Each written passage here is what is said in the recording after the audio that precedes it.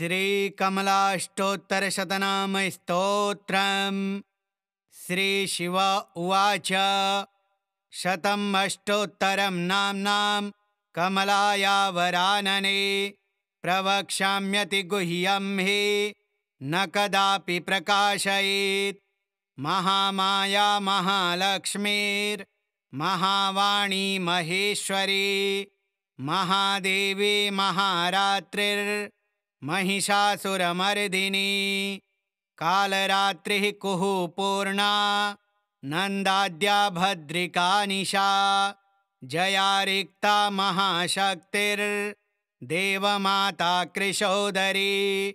शचीन्द्राणी शक्रनुता शङ्करप्रियवल्लभा, महावराह जननी मदनोन्मथिनी मही, वैकुण्ठनाथ रमणी विष्णुवक्षस्थलस्थिता, विश्वेश्वरी विश्वमाता वरदा भयदा शिवा, शूलिनी चक्रिणी मा च पाशिनी शङ्खधारिणी, गदिनी मुण्डमाला च कमला करुणालया, पद्माक्षधारिणी हम्बा महाविष्णुप्रियङ्करी, गोलोकनाथ रमणी गोलोकेश्वर पूजिता, गया गंगा च यमुना गोमती गरुडासना, गण्डकी सरयूस्तापी रेवा चैव पयस्विनी, नर्मदा चैव कावेरी केदारस्थलवासिनी, किशोरी केशवनुता महेन्द्रपरिवन्दिता, ब्रह्मादिदेवनिर्माणा कारिणी वेदपूजिता, कोटिब्रह्माण्डमध्यस्था कोटिब्रह्माण्डकारिणी, श्रुतिरूपा श्रुतिकरी श्रुतिस्मृतिपरायणा, इन्दिरा सिन्धुतनया मातङ्गी लोकमातृका, त्रिलोकजननी तन्त्रा तन्त्रमन्त्रस्वरूपिणी, तरुणी च तमोहन्त्री मङ्गला मङ्गलायना, मधुकैटभमथनी शुम्भासुरविनाशिनी, निशुम्भादिहरा माता हरिशङ्करपूजिता, सर्वदेवमयी सर्वा शरणागतपालिनी, शरण्या शम्भुवनिता सिन्धुतीरनिवासिनी, गन्धर्वनागरसिका गीता गोविन्दवल्लभा, त्रैलोक्यपालिनी तत्त्वरूपा तारुण्यपूरिता, चन्द्रावली चन्द्रमुखी चन्द्रिका चन्द्रपूजिता, चन्द्रा शशाङ्कभगिनी गीतवाद्यपरायणा, सृष्टिरूपा सृष्टिकरी सृष्टिसंहारकारिणी, इति ते कथितं देवी रमा नाम शताष्टकं, त्रिसन्ध्यं प्रयतो भूत्वा पठेदेतः समाहितः, यं यं कामयते कामं तं तं प्राप्नोत्यसंशयम्, इमं स्तवं यः पठतीह मर्त्यो वैकुण्ठपत्न्याः परसादरेण, धनाधिपाद्यैः परिवन्दितः स्यात्, प्रयास्यते श्रीपदमन्तकाले। श्रीशिव उवाच।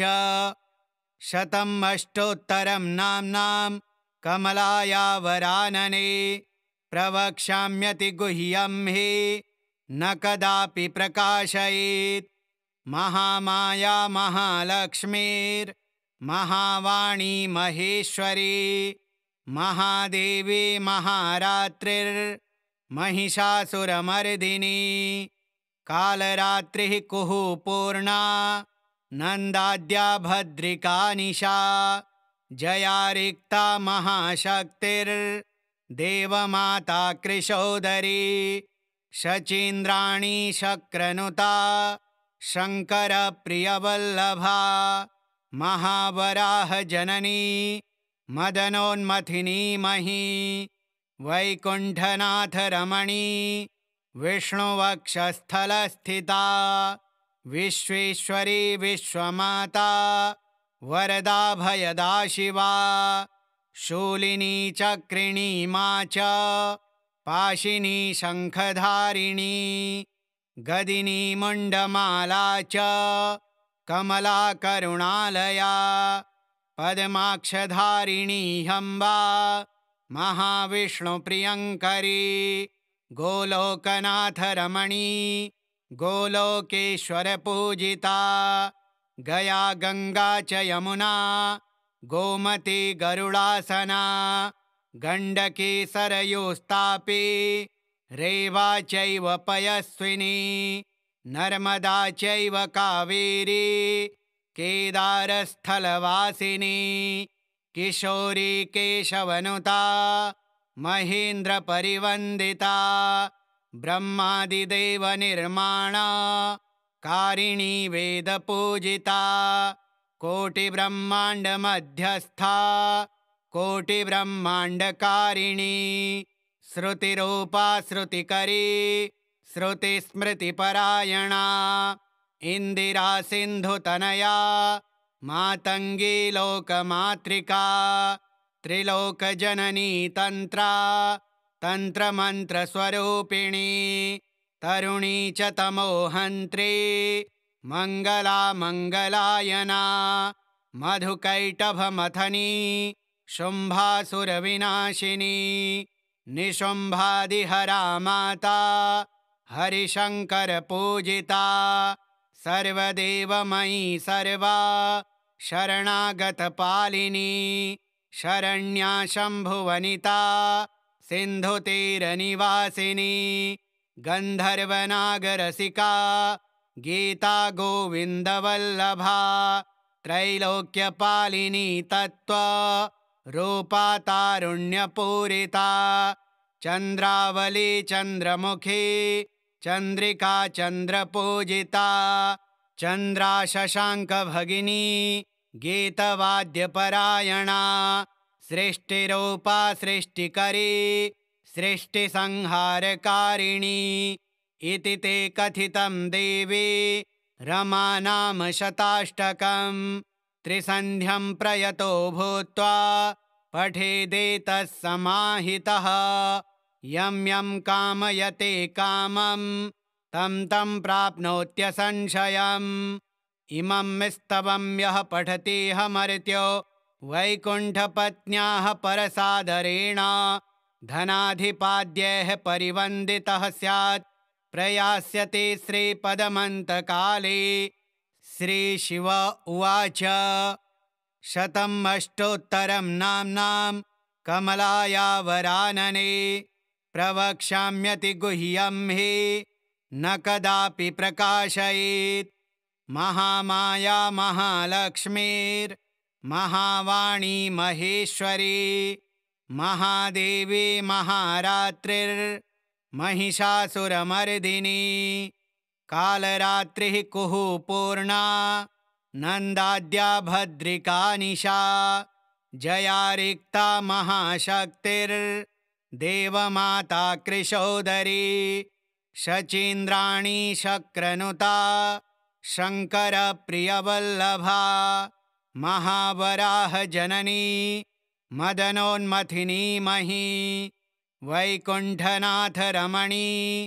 विष्णुवक्षस्थलस्थिता विश्वेश्वरी विश्वमाता वरदा भयदा शिवा शूलिनी चक्रिणी मा च पाशिनी शङ्खधारिणी गदिनी मुण्डमाला च कमला करुणालया पद्माक्षधारिणी हम्बा महाविष्णुप्रियङ्करी गोलोकनाथ रमणी गोलोकेश्वर पूजिता गया गंगा च यमुना गोमती गरुडासना गण्डकी सरयूस्तापी रेवा चैव पयस्विनी नर्मदा चैव कावेरी केदारस्थलवासिनी किशोरी केशवनुता महेन्द्रपरिवन्दिता ब्रह्मादिदेवनिर्माणा कारिणी वेदपूजिता कोटिब्रह्माण्डमध्यस्था कोटिब्रह्माण्डकारिणी श्रुतिरूपा श्रुतिकरी श्रुतिस्मृतिपरायणा इन्दिरा सिन्धुतनया मातङ्गी लोकमातृका त्रिलोकजननी तन्त्रा तन्त्रमन्त्रस्वरूपिणी तरुणी च तमोहन्त्री मङ्गला मङ्गलायना मधुकैटभमथनी शुम्भासुरविनाशिनी निशुम्भादिहरा माता हरिशङ्करपूजिता सर्वदेवमयी सर्वा शरणागतपालिनी शरण्या शम्भुवनिता सिन्धुतीरनिवासिनी गन्धर्वनागरसिका गीता गोविन्दवल्लभा त्रैलोक्यपालिनी तत्त्वा रूपा तारुण्यपूरिता चन्द्रावली चन्द्रमुखी चन्द्रिका चन्द्रपूजिता चन्द्रा शशाङ्कभगिनी गीतवाद्यपरायणा सृष्टिरूपा सृष्टिकरी सृष्टिसंहारकारिणी इति ते कथितं देवी रमा नाम शताष्टकम् त्रिसन्ध्यं प्रयतो भूत्वा पठेदेतः समाहितः यं यं कामयते कामं तं तं प्राप्नोत्यसंशयम् इमं स्तवं यः पठतीह वैकुण्ठपत्न्याः परसादरेण धनाधिपाद्यैः परिवन्दितः स्यात् प्रयास्यते श्रीपदमन्तकाले। श्रीशिव उवाच शतम् अष्टोत्तरं नाम्नां कमलाया वरानने प्रवक्ष्याम्यति गुह्यं हि न कदापि प्रकाशयेत्। महामाया महालक्ष्मीर्महावाणी महेश्वरी महादेवी महारात्रिर्महिषासुरमर्दिनी कालरात्रिः कुहुपूर्णा नन्दाद्या भद्रिका निशा जया रिक्ता महाशक्तिर्देवमाता कृशोदरी शचीन्द्राणी शक्रनुता शङ्करप्रियवल्लभा महावराह जननी मदनोन्मथिनी मही वैकुण्ठनाथ रमणी विष्णुवक्षस्थलस्थिता विश्वेश्वरी विश्वमाता वरदा भयदा शिवा शूलिनी चक्रिणी मा च पाशिनी शङ्खधारिणी गदिनी मुण्डमाला च कमला करुणालया पद्माक्षधारिणी हम्बा महाविष्णुप्रियङ्करी गोलोकनाथ रमणी गोलोकेश्वरपूजिता गया गंगा च यमुना गोमती गरुडासना गण्डकी सरयूस्तापी रेवा चैव पयस्विनी नर्मदा चैव कावेरी केदारस्थलवासिनी किशोरी केशवनुता महेन्द्रपरिवन्दिता ब्रह्मादिदेवनिर्माणा कारिणी वेदपूजिता कोटिब्रह्माण्डमध्यस्था कोटिब्रह्माण्डकारिणी श्रुतिरूपा श्रुतिकरी श्रुतिस्मृतिपरायणा इन्दिरा सिन्धुतनया मातङ्गी लोकमातृका त्रिलोकजननी तन्त्रा तन्त्रमन्त्रस्वरूपिणी तरुणी च तमोहन्त्री मङ्गला मङ्गलायना मधुकैटभमथनी शुम्भासुरविनाशिनी निशुम्भादिहरा माता हरिशङ्करपूजिता सर्वदेवमयी सर्वा शरणागतपालिनी शरण्या शम्भुवनिता सिन्धुतीरनिवासिनी गन्धर्वनागरसिका गीता गोविन्दवल्लभा त्रैलोक्यपालिनी तत्त्वरूपा तारुण्यपूरिता चन्द्रावली चन्द्रमुखी चन्द्रिका चन्द्रपूजिता चन्द्रा शशाङ्कभगिनी गीतवाद्यपरायणा सृष्टिरूपा सृष्टिकरी सृष्टिसंहारकारिणी इति ते कथितं देवी रमा नाम शताष्टकं त्रिसन्ध्यं प्रयतो भूत्वा पठेदेतः समाहितः यं यं कामयते कामं तं तं प्राप्नोत्यसंशयम् इमं स्तवं यः पठतीह वैकुण्ठपत्न्याः परसादरेण धनाधिपाद्यैः परिवन्दितः स्यात् प्रयास्यते श्रीपदमन्तकाले। श्रीशिव उवाच शतम् अष्टोत्तरं नाम्नां कमलाया वरानने प्रवक्ष्याम्यति गुह्यं हि न कदापि प्रकाशयेत्। महामाया महालक्ष्मीर्महावाणी महेश्वरी महादेवी महारात्रिर्महिषासुरमर्दिनी कालरात्रिः कुहूपूर्णा नन्दाद्या भद्रिका निशा जया रिक्ता महाशक्तिर्देवमाता कृशोदरी शचीन्द्राणी शक्रनुता शङ्करप्रियवल्लभा महावराह जननी मदनोन्मथिनी मही वैकुण्ठनाथ रमणी विष्णुवक्षस्थलस्थिता विश्वेश्वरी विश्वमाता वरदा भयदा शिवा शूलिनी चक्रिणी मा च पाशिनी शङ्खधारिणी गदिनी मुण्डमाला च कमला करुणालया पद्माक्षधारिणी हम्बा महाविष्णुप्रियङ्करी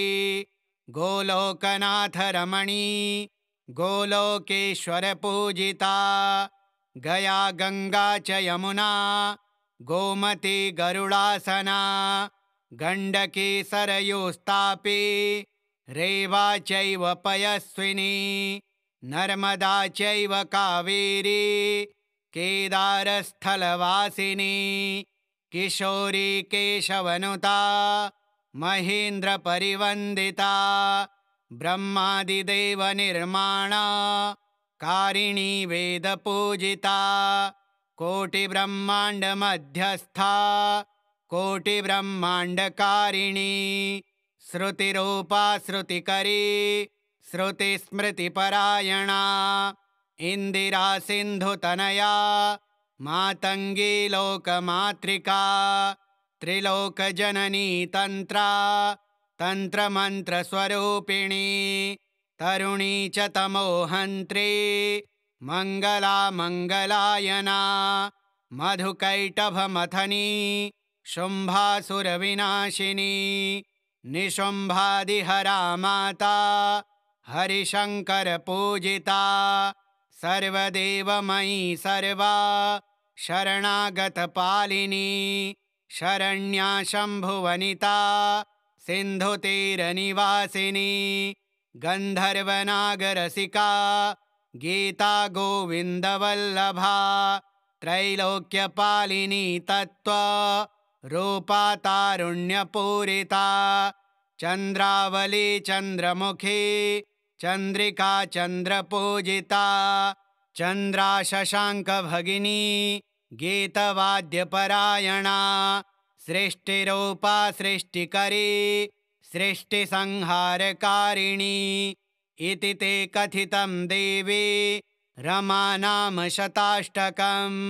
त्रिसन्ध्यं प्रयतो भूत्वा पठेदेतः समाहितः यं यं कामयते कामं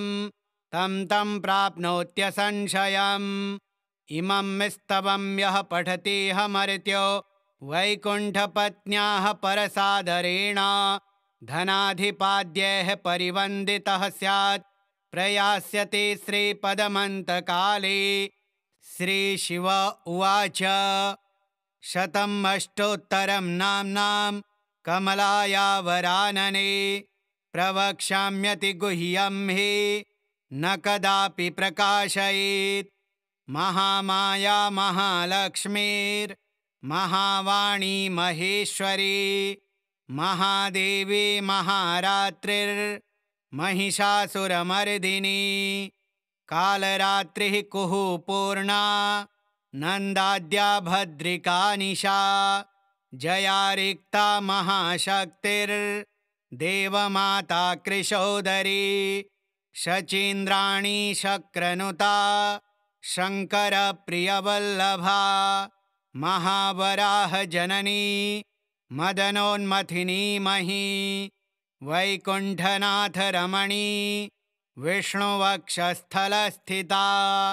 विश्वेश्वरी विश्वमाता वरदा भयदा शिवा शूलिनी चक्रिणी मा च पाशिनी शङ्खधारिणी गदिनी मुण्डमाला च कमला करुणालया पद्माक्षधारिणी हम्बा महाविष्णुप्रियङ्करी गोलोकनाथ रमणी गोलोकेश्वर पूजिता गया गंगा च यमुना गोमती गरुडासना गण्डकी सरयूस्तापी रेवा चैव पयस्विनी नर्मदा चैव कावेरी केदारस्थलवासिनी किशोरी केशवनुता महेन्द्रपरिवन्दिता ब्रह्मादिदेवनिर्माणा कारिणी वेदपूजिता कोटिब्रह्माण्डमध्यस्था कोटिब्रह्माण्डकारिणी श्रुतिरूपा श्रुतिकरी श्रुतिस्मृतिपरायणा इन्दिरा सिन्धुतनया मातङ्गी लोकमातृका त्रिलोकजननी तन्त्रा तन्त्रमन्त्रस्वरूपिणी तरुणी च तमोहन्त्री मङ्गला मङ्गलायना मधुकैटभमथनी शुम्भासुरविनाशिनी निशुम्भादिहरा माता हरिशङ्करपूजिता सर्वदेवमयी सर्वा शरणागतपालिनी शरण्या शम्भुवनिता सिन्धुतीरनिवासिनी गन्धर्वनागरसिका गीता गोविन्दवल्लभा त्रैलोक्यपालिनी तत्त्वरूपा तारुण्यपूरिता चन्द्रावली चन्द्रमुखी चन्द्रिका चन्द्रपूजिता चन्द्रा शशाङ्कभगिनी गीतवाद्यपरायणा सृष्टिरूपा सृष्टिकरी सृष्टिसंहारकारिणी इति ते कथितं देवी रमा नाम शताष्टकम् त्रिसन्ध्यं प्रयतो भूत्वा पठेदेतः समाहितः यं यं कामयते कामं तं तं प्राप्नोत्यसंशयम् इमं स्तवं यः पठतीह वैकुण्ठपत्न्याः परसादरेण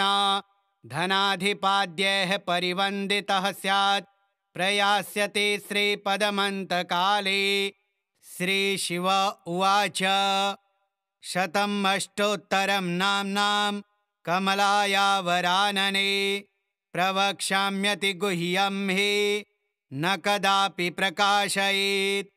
महामाया महालक्ष्मीर्महावाणी महेश्वरी महादेवी महारात्रिर्महिषासुरमर्दिनी कालरात्रिः कुहूपूर्णा नन्दाद्या भद्रिका निशा जया रिक्ता महाशक्तिर्देवमाता कृशोदरी शचीन्द्राणी शक्रनुता शङ्करप्रियवल्लभा महावराहजननी मदनोन्मथिनी मही वैकुण्ठनाथरमणी विष्णुवक्षस्थलस्थिता विश्वेश्वरी विश्वमाता वरदा भयदा शिवा शूलिनी चक्रिणी मा च पाशिनी शङ्खधारिणी गदिनी मुण्डमाला च कमला करुणालया पद्माक्षधारिणी हम्बा महाविष्णुप्रियङ्करी गोलोकनाथरमणी गोलोकेश्वरपूजिता गया गंगा च यमुना गोमती गरुडासना गण्डकी सरयूस्तापी रेवा चैव पयस्विनी नर्मदा चैव कावेरी केदारस्थलवासिनी किशोरी केशवनुता महेन्द्रपरिवन्दिता ब्रह्मादिदेवनिर्माणा कारिणी वेदपूजिता कोटिब्रह्माण्डमध्यस्था कोटिब्रह्माण्डकारिणी श्रुतिरूपा श्रुतिकरी श्रुतिस्मृतिपरायणा इन्दिरा सिन्धुतनया मातङ्गी लोकमातृका त्रिलोकजननी तन्त्रा तन्त्रमन्त्रस्वरूपिणी तरुणी च तमोहन्त्री मङ्गला मङ्गलायना मधुकैटभमथनी शुम्भासुरविनाशिनी निशुम्भादिहरा माता हरिशङ्करपूजिता सर्वदेवमयी सर्वा शरणागतपालिनी शरण्या शम्भुवनिता सिन्धुतीरनिवासिनी गन्धर्वनागरसिका गीता गोविन्दवल्लभा त्रैलोक्यपालिनी तत्त्वरूपा तारुण्यपूरिता चन्द्रावली चन्द्रमुखी चन्द्रिका चन्द्रपूजिता चन्द्रा शशाङ्कभगिनी गीतवाद्यपरायणा सृष्टिरूपा सृष्टिकरी सृष्टिसंहारकारिणी इति ते कथितं देवी रमा नाम शताष्टकं त्रिसन्ध्यं प्रयतो भूत्वा पठेदेतः समाहितः यं यं कामयते कामं तं तं प्राप्नोत्यसंशयम् इमं स्तवं यः पठतीह वैकुण्ठपत्न्याः परसादरेण धनाधिपाद्यैः परिवन्दितः स्यात् प्रयास्यते श्रीपदमन्तकाले। श्रीशिव उवाच शतम् अष्टोत्तरं नाम्नां कमलाया वरानने प्रवक्ष्याम्यति गुह्यं हि न कदापि प्रकाशयेत्। महामाया महालक्ष्मीर्महावाणी महेश्वरी महादेवी महारात्रिर्महिषासुरमर्दिनी कालरात्रिः कुहूपूर्णा नन्दाद्या भद्रिका निशा जया रिक्ता महाशक्तिर्देवमाता कृशोदरी शचीन्द्राणी शक्रनुता शङ्करप्रियवल्लभा महावराहजननी मदनोन्मथिनी मही वैकुण्ठनाथरमणी विष्णुवक्षस्थलस्थिता विश्वेश्वरी विश्वमाता वरदा भयदा शिवा शूलिनी चक्रिणी मा च पाशिनी शङ्खधारिणी गदिनी मुण्डमाला च कमला करुणालया पद्माक्षधारिणी हम्बा महाविष्णुप्रियङ्करी गोलोकनाथरमणी गोलोकेश्वरपूजिता गया गंगा च यमुना गोमती गरुडासना गण्डकी सरयूस्तापी रेवा चैव पयस्विनी नर्मदा चैव कावेरी केदारस्थलवासिनी किशोरी केशवनुता महेन्द्रपरिवन्दिता ब्रह्मादिदेवनिर्माणा कारिणी वेदपूजिता कोटिब्रह्माण्डमध्यस्था कोटिब्रह्माण्डकारिणी श्रुतिरूपा श्रुतिकरी श्रुतिस्मृतिपरायणा इन्दिरा सिन्धुतनया मातङ्गी लोकमातृका त्रिलोकजननी तन्त्रा तन्त्रमन्त्रस्वरूपिणी तरुणी च तमोहन्त्री मङ्गला मङ्गलायना मधुकैटभमथनी शुम्भासुरविनाशिनी निशुम्भादिहरा माता हरिशङ्करपूजिता सर्वदेवमयी सर्वा शरणागतपालिनी शरण्या शम्भुवनिता सिन्धुतीरनिवासिनी गन्धर्वनागरसिका गीता गोविन्दवल्लभा त्रैलोक्यपालिनी तत्त्वा रूपा तारुण्यपूरिता चन्द्रावली चन्द्रमुखी चन्द्रिका चन्द्रपूजिता चन्द्रा शशाङ्कभगिनी गीतवाद्यपरायणा सृष्टिरूपा सृष्टिकरी सृष्टिसंहारकारिणी इति ते कथितं देवी रमा नाम शताष्टकम् त्रिसन्ध्यं प्रयतो भूत्वा पठेदेतः समाहितः यं यं कामयते कामं तं तं प्राप्नोत्यसंशयम् इमं स्तवं यः पठतीह वैकुण्ठपत्न्याः परसादरेण धनाधिपाद्यैः परिवन्दितः स्यात् प्रयास्यते श्रीपदमन्तकाले। श्रीशिव उवाच शतम् अष्टोत्तरं नाम्नां कमलाया वरानने प्रवक्ष्याम्यति गुह्यं हि न कदापि प्रकाशयेत्। महामाया महालक्ष्मीर्महावाणी महेश्वरी महादेवी महारात्रिर्महिषासुरमर्दिनी कालरात्रिः कुहुपूर्णा नन्दाद्या भद्रिका निशा जया रिक्ता महाशक्तिर्देवमाता कृशोदरी शचीन्द्राणी शक्रनुता शङ्करप्रियवल्लभा महावराह जननी मदनोन्मथिनी मही वैकुण्ठनाथ रमणी विष्णुवक्षस्थलस्थिता विश्वेश्वरी विश्वमाता वरदा भयदा शिवा शूलिनी चक्रिणी मा च पाशिनी शङ्खधारिणी गदिनी मुण्डमाला च कमला करुणालया पद्माक्षधारिणी हम्बा महाविष्णुप्रियङ्करी गोलोकनाथ रमणी गोलोकेश्वरपूजिता गया गंगा च यमुना गोमती गरुडासना गण्डकी सरयूस्तापी रेवा चैव पयस्विनी नर्मदा चैव कावेरी केदारस्थलवासिनी किशोरी केशवनुता महेन्द्रपरिवन्दिता ब्रह्मादिदेवनिर्माणा कारिणी वेदपूजिता कोटिब्रह्माण्डमध्यस्था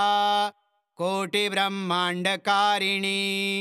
श्रुतिरूपा श्रुतिकरी श्रुतिस्मृतिपरायणा इन्दिरा सिन्धुतनया मातङ्गी लोकमातृका त्रिलोकजननी तन्त्रा तन्त्रमन्त्रस्वरूपिणी तरुणी च तमोहन्त्री मङ्गला मङ्गलायना मधुकैटभमथनी शुम्भासुरविनाशिनी निशुम्भादिहरा माता हरिशङ्करपूजिता सर्वदेवमयी सर्वा शरणागतपालिनी शरण्या शम्भुवनिता सिन्धुतीरनिवासिनी गन्धर्वनागरसिका गीता गोविन्दवल्लभा त्रैलोक्यपालिनी तत्त्वरूपा तारुण्यपूरिता चन्द्रावली चन्द्रमुखी चन्द्रिका चन्द्रपूजिता चन्द्रा शशाङ्कभगिनी गीतवाद्यपरायणा सृष्टिरूपा सृष्टिकरी सृष्टिसंहारकारिणी इति ते कथितं देवी रमा नाम शताष्टकं त्रिसन्ध्यं प्रयतो भूत्वा पठेदेतः समाहितः यं यं कामयते कामं तं तं प्राप्नोत्यसंशयम् इमं स्तवं यः पठतीह वैकुण्ठपत्न्याः परसादरेण धनाधिपाद्यैः परिवन्दितः स्यात् प्रयास्यते श्रीपदमन्तकाले। श्रीशिव उवाच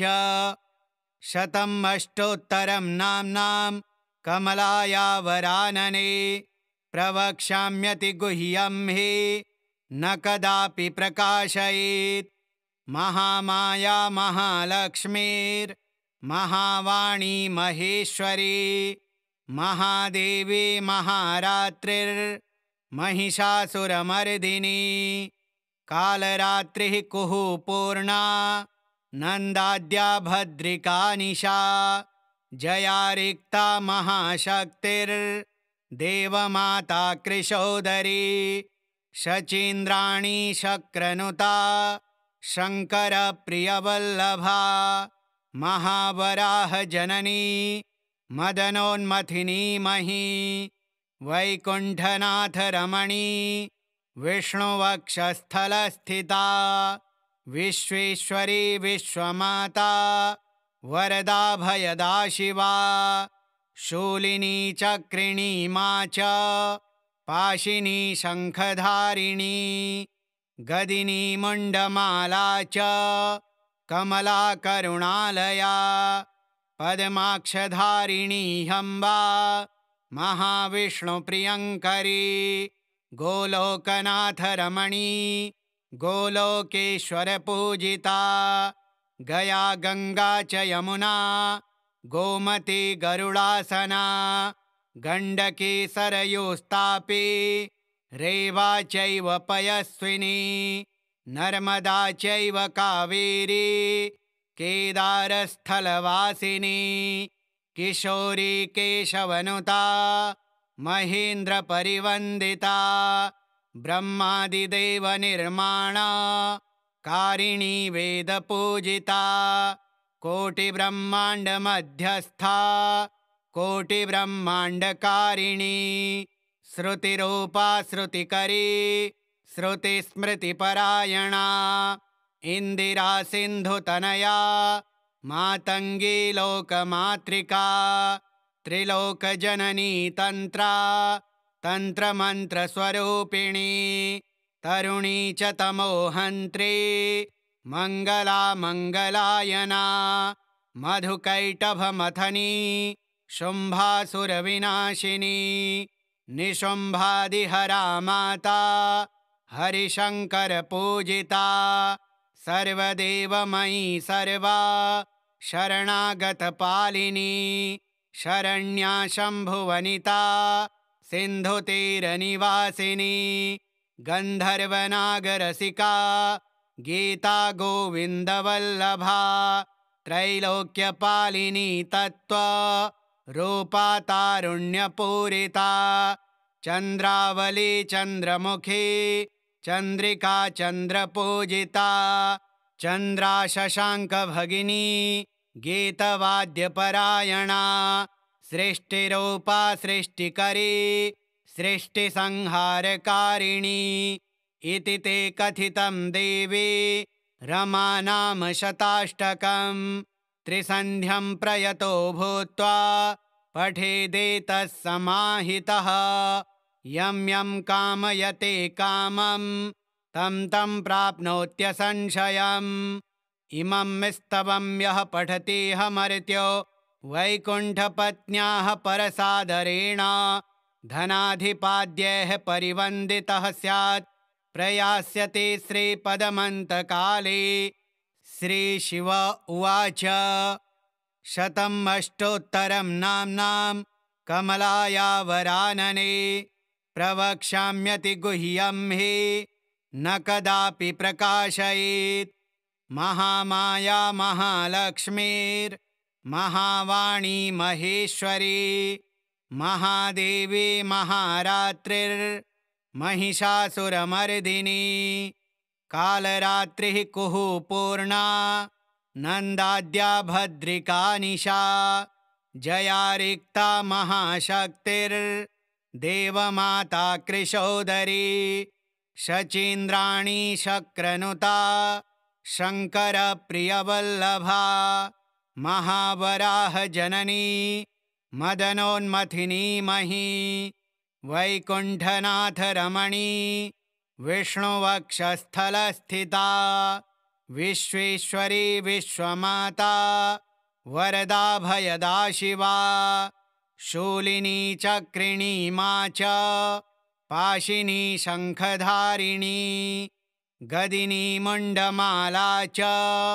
कमला करुणालया पद्माक्षधारिणी हम्बा महाविष्णुप्रियङ्करी गोलोकनाथ रमणी गोलोकेश्वरपूजिता गया गंगा च यमुना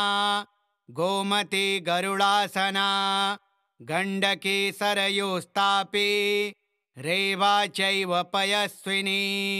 नर्मदा चैव कावेरी केदारस्थलवासिनी किशोरी केशवनुता महेन्द्रपरिवन्दिता ब्रह्मादिदेवनिर्माणा कारिणी वेदपूजिता कोटिब्रह्माण्डमध्यस्था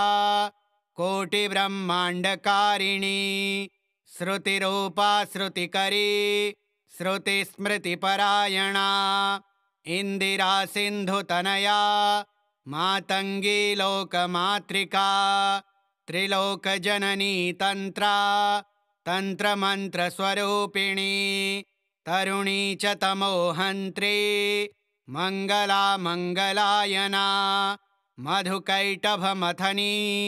शुम्भासुरविनाशिनी निशुम्भादिहरा माता हरिशङ्करपूजिता सर्वदेवमयी सर्वा शरणागतपालिनी शरण्या शम्भुवनिता सिन्धुतीरनिवासिनी गन्धर्वनागरसिका गीता गोविन्दवल्लभा त्रैलोक्यपालिनी तत्त्वरूपा तारुण्यपूरिता चन्द्रावली चन्द्रमुखी चन्द्रिका चन्द्रपूजिता चन्द्रा शशाङ्कभगिनी गीतवाद्यपरायणा सृष्टिरूपा सृष्टिकरी सृष्टिसंहारकारिणी इति ते कथितं देवी रमा नाम शताष्टकम् त्रिसन्ध्यं प्रयतो भूत्वा पठेदेतः समाहितः यं यं कामयते कामं तं तं प्राप्नोत्यसंशयम् इमं स्तवं यः पठतीह वैकुण्ठपत्न्याः परसादरेण धनाधिपाद्यैः परिवन्दितः स्यात् प्रयास्यते श्रीपदमन्तकाले। श्रीकमलाष्टोत्तरशतनामस्तोत्रम् श्रीकमलादेव्यार्पणमस्तु। ॐ श्रीकमलादेव्यै नमः।